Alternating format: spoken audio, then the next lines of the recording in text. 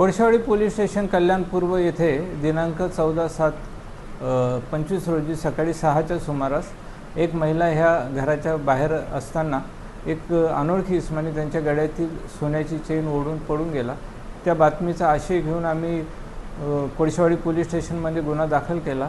तेथील वरिष्ठ पोलीस निरीक्षक नायदे साहेब यांच्या मार्गदर्शनाखाली या गुन्ह्याचा तपास चालू होता।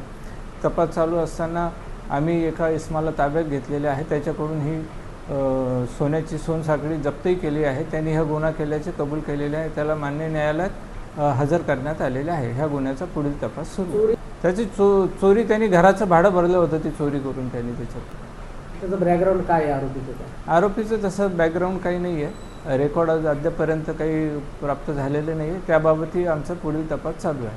त्या तपासात तसे त्यांनी फक्त एवढंच सांगितलं की मी ही घराचं भाडं भरायचं होतं मला, म्हणून मी चोरी केली।